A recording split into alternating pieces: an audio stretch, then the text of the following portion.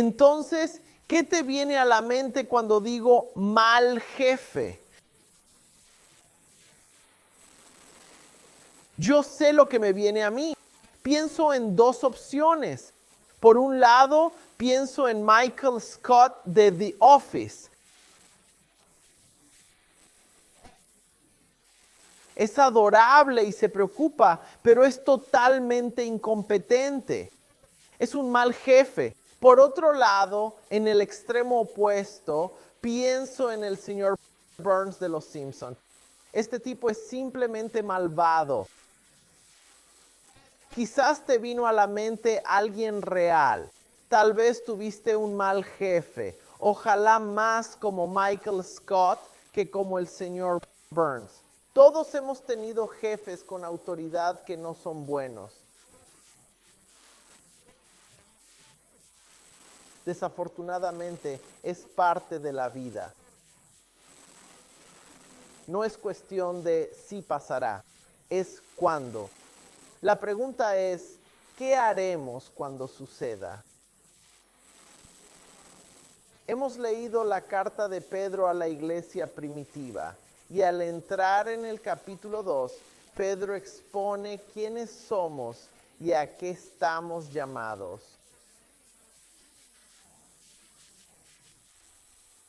Nos ha llamado piedras vivas, nos ha llamado nación santa de Dios o su pueblo escogido.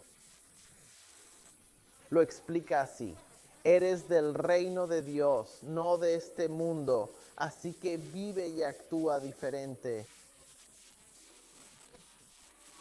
Debes ser diferente.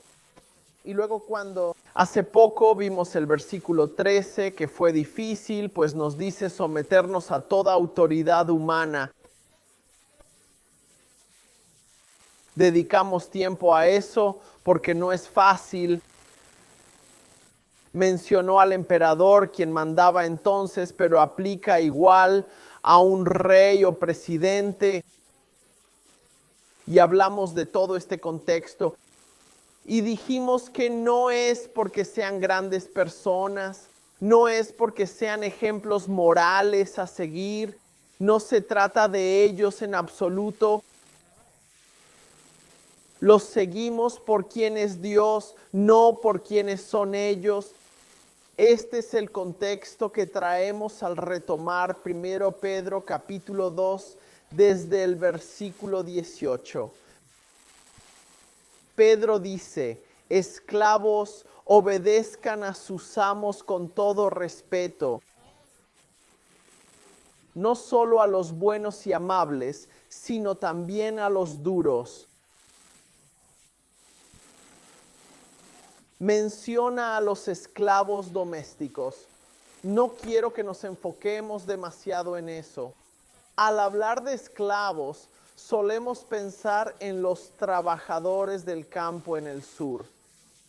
Es decir, eso es lo que me viene a la mente cuando pienso en esclavos. Pero estos eran esclavos bien educados en el hogar, aunque fueran cultos o no, el hecho es que seguían siendo esclavos. Son siervos contratados y, como él dice, deben someterse a la autoridad de sus amos.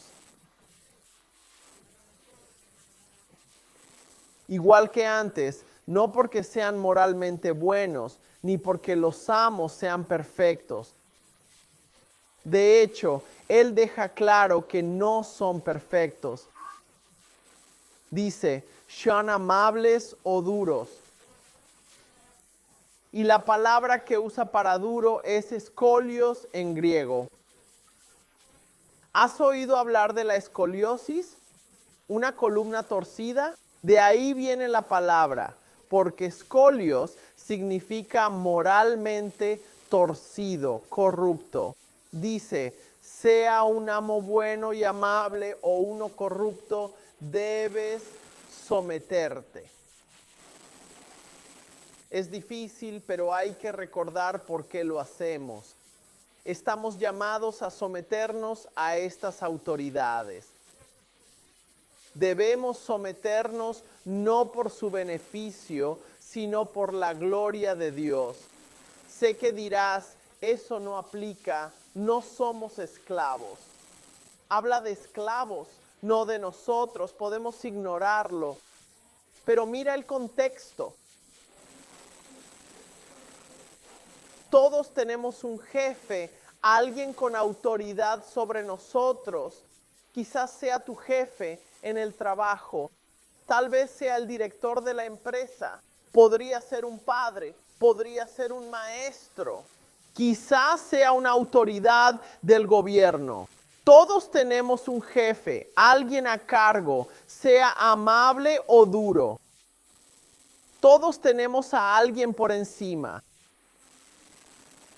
Como dice Pedro a la iglesia, debemos someternos con respeto, no por la persona. Eso puede ser muy difícil, al menos por la posición y autoridad que tienen, y no siempre es fácil. De hecho, Pedro lo aborda en el versículo 19 diciendo, es loable si por entender a Dios alguien soporta dolor sufriendo injustamente. Pero ¿qué mérito hay en aguantar pacientemente cuando has pecado y te castigan por ello? Mas si sufres por hacer el bien y lo soportas, esto es digno de elogio ante Dios. Ahora, hay algo que he notado recientemente en nuestra cultura. Probablemente tú también lo hayas visto. Es esta mentalidad de víctima que parece estar por todas partes. No puedes navegar mucho por YouTube o TikTok sin encontrar a una Karen que algo le pasó y según ella cuenta, fue una víctima totalmente inocente.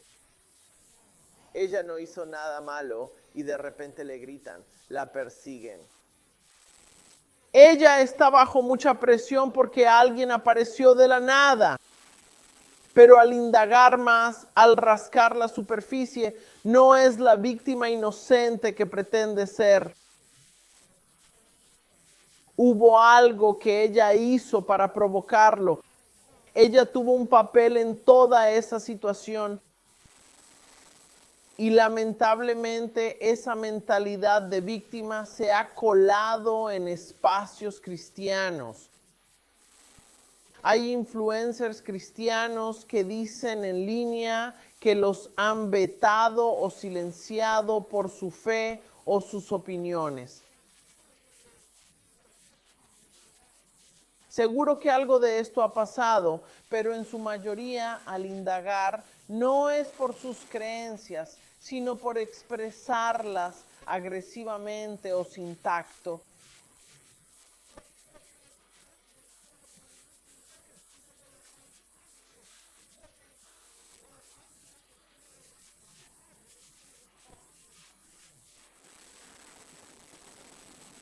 Y Pedro dice que cuando eso pasa, no es de lo que hablamos.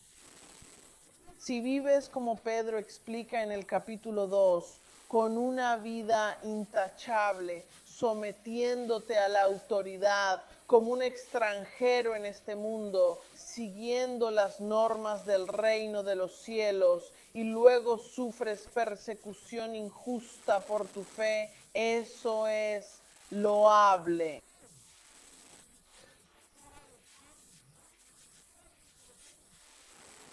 Es agradable a Dios que soportes todas esas pruebas, pero la realidad es que no todo sufrimiento es noble.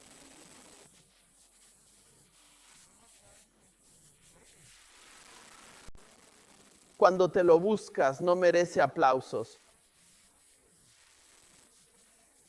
Mi padre decía, si vas a ser tonto, sé duro.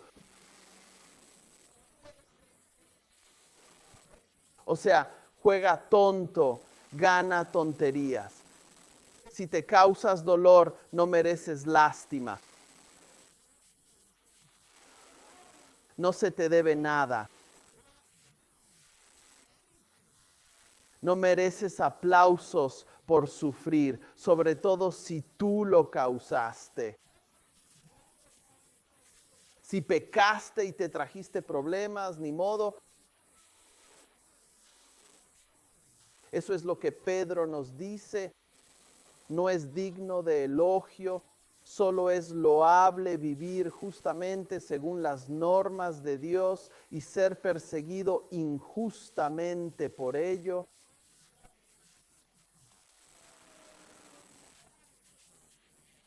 Eso es lo que agrada a Dios, porque esa es nuestra llamada. Como dice, fuiste llamado a esta resistencia porque Cristo sufrió por ti. Te dejó un ejemplo para que sigas sus pasos.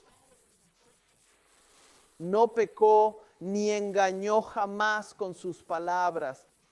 Cuando lo insultaban, no devolvía el insulto. Al sufrir, no amenazaba con venganza. Se encomendó al que juzga con justicia. Hay una pequeña discrepancia aquí. No sé si lo has notado. Si comparas lo que Pedro dice en el verso 21 con el 19, parece haber una desconexión. En el verso 19 dice, es loable si esto pasa. Si lo sufres, agrada a Dios.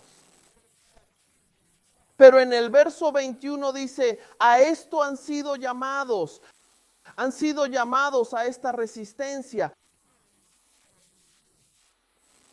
Hay una diferencia entre aliento y reclutamiento.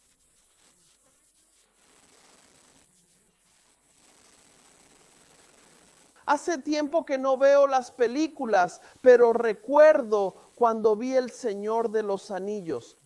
En ese entonces tuve que verlas con años de diferencia porque se iban estrenando. Pero cuando vi la trilogía del Señor de los Anillos al salir, estaba muy emocionado. Y los personajes que más me entusiasmaban eran los guerreros, los héroes, las grandes batallas con Aragorn, Gimli y Legolas. Esos eran los tipos que me fascinaban. Disparaban flechas, blandían espadas, eran los héroes geniales.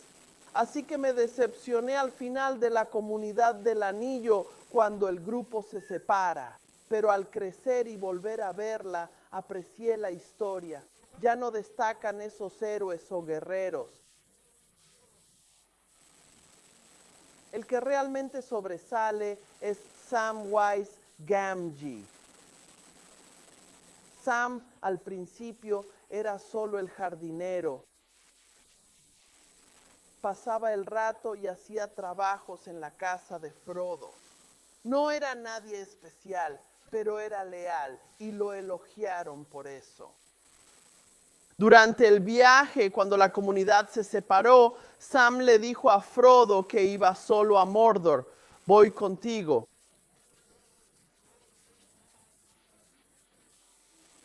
Y no lo dejó partir. En ese momento, Sam se comprometió totalmente, se entregó por completo y lo que siguió fueron pruebas que lo agotaron, pero resistió. Sam podría haberse quedado en casa. Sam podría haberlo dejado todo atrás. Incluso cuando Frodo partió, pudo decir, mi trabajo terminó. El grupo se disolvió y pudo irse solo y volver a la comarca. Pudo haber vuelto a su vida de segundo desayuno. Pudo disfrutar todo eso, pero dijo, estoy contigo hasta el final.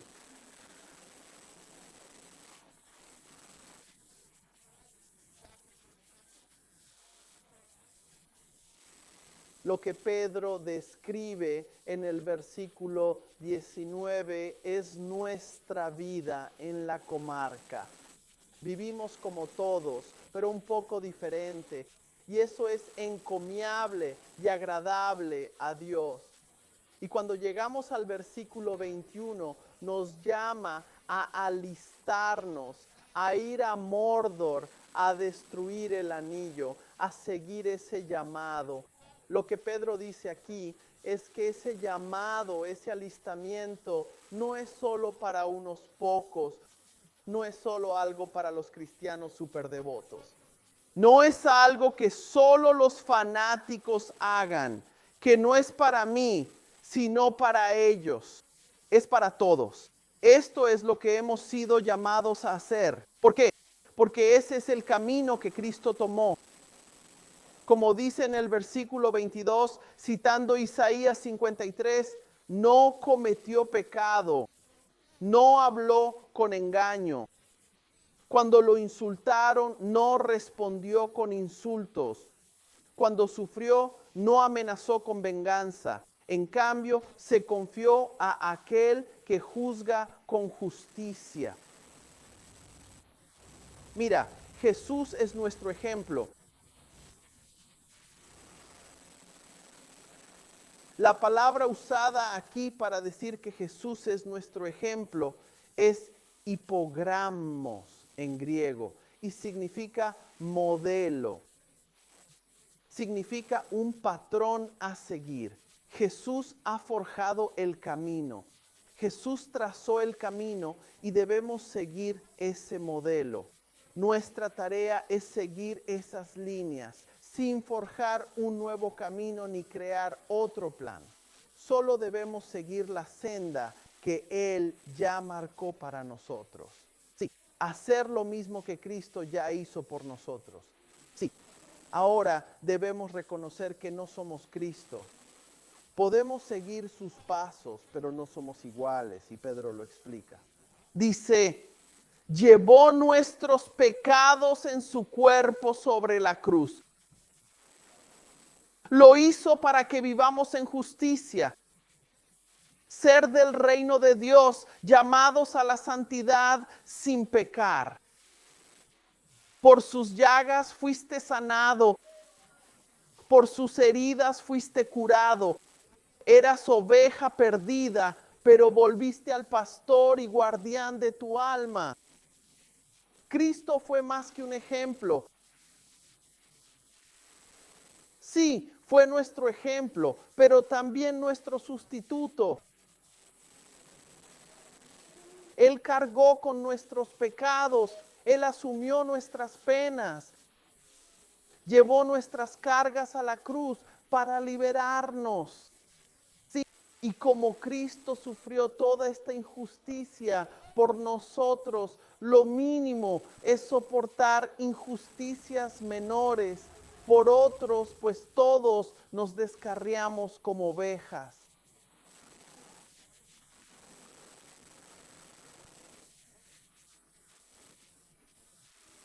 Pero en Cristo somos libres. Él cargó nuestras penas y nos llama a seguir sus pasos, su ejemplo, su camino de sufrimiento. Lo sé cuando lo dices así. ¿Quién no querría apuntarse? Suena como Igor, ¿verdad? ¿Sabes? Bueno, supongo que iré a sufrir por el Señor. Qué emocionante. Pero eso no es a lo que Pedro nos está llamando. Esto no es una resignación, para nada. Sí, habrá pruebas. Sí, habrá sufrimiento. Pero al seguir a Cristo, al trazar su camino y llevar las cargas de otros, como Cristo llevó las nuestras.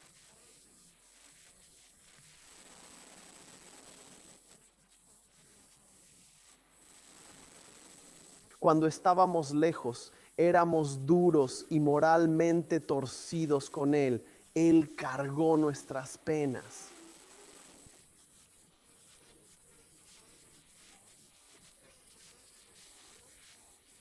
Podemos hacer lo mismo. Podemos llevar sus cargas y guiarlos hacia aquel que lo quitó todo.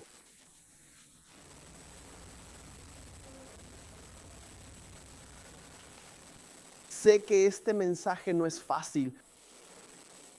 No es algo que queramos hacer. No es como si viniéramos a la iglesia diciendo, ¡qué bien! Vamos a sufrir. No nos emociona esa idea. Lo que realmente queremos es que sea fácil.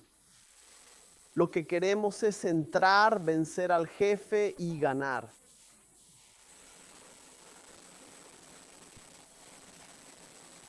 ¿Alguien más aquí juega videojuegos?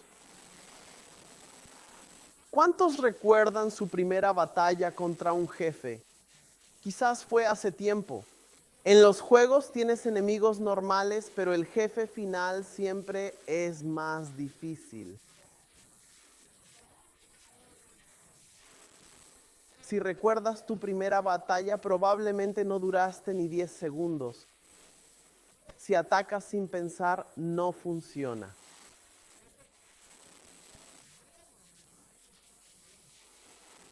Mi juego favorito era Mega Man en los 80 y 90. Si llegabas al jefe y atacabas sin estrategia, morías rápido.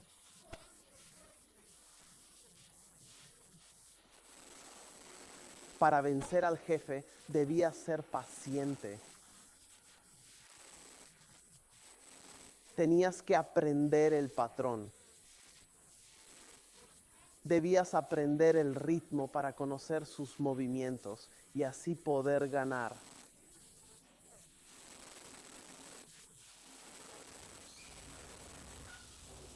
Y eso es lo que Pedro nos pide hacer. Te enfrentarás a la batalla final. Te enfrentarás al villano y será una batalla injusta. Siempre lo es. Y queremos combatir fuego con fuego. Si nos gritan, queremos gritarles. Queremos atacar con todo.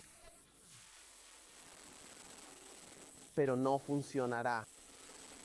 Así no se gana la batalla. Ese no es el camino. No es el camino de Jesús.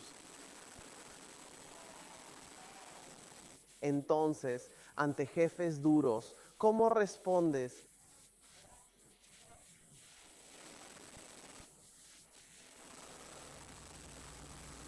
¿Buscas venganza? Si sufren, ¿te alegras?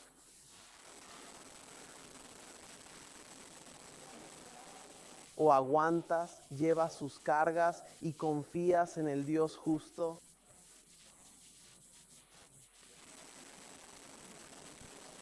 Porque lo admito, la primera opción se siente mucho mejor,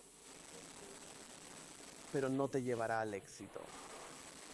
No lo hará, no vas a ganar. Entonces, cuando enfrentes esas batallas, cuando lidies con esos jefes, la pregunta que debes responder es, ¿resistirás con gracia? Me recuerda a José en el libro de Génesis.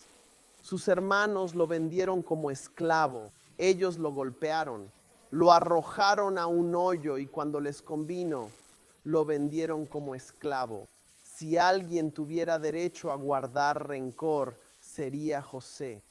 Pero años después, cuando llegó a ser el segundo al mando en Egipto y sus hermanos fueron llevados ante él, teniendo todo el derecho, cuando todos hubiéramos querido darles su merecido, José les dijo, ustedes planearon algo malo para mí, pero Dios lo convirtió en algo bueno para salvar la vida de muchas personas, tal como lo está haciendo hoy. José confió en el juicio y la justicia de Dios. Y eso es lo que Pedro nos está llamando a hacer también. Cuando todo en nosotros quiere contraatacar, cuando todo en nosotros desea enfrentarse y rebelarse contra las autoridades, faltarles el respeto y desafiarlos, Pedro nos llama a ser diferentes, a no actuar como los de este mundo, sino como los de otro reino.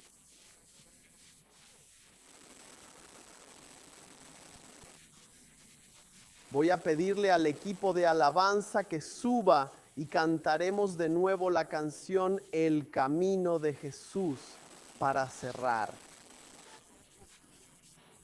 Mientras lo hacen y cantamos, quiero recordarles que no es su responsabilidad ajustar cuentas. No les corresponde a ustedes impartir justicia. No tienen que cargar este peso solos. Jesús ha marcado el camino. Jesús nos ha mostrado la senda. Nuestro deber es seguir esas huellas y hacer lo que Él nos pide. Hacerlo al estilo de Jesús. Pónganse de pie mientras cantamos.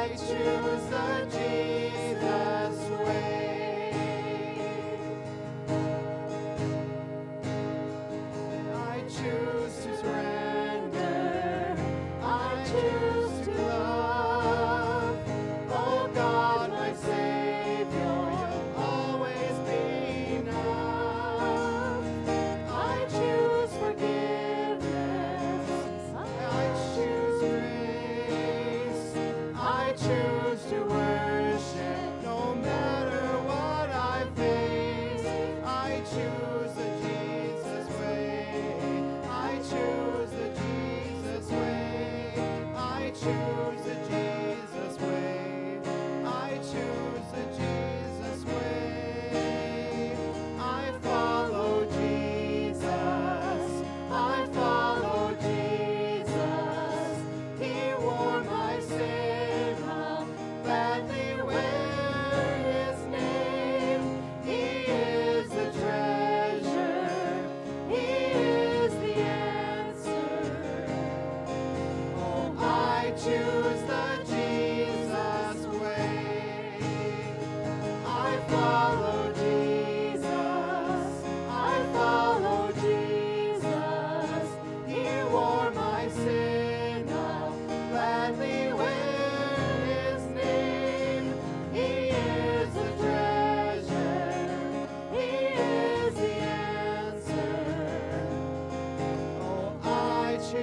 the Jesus way.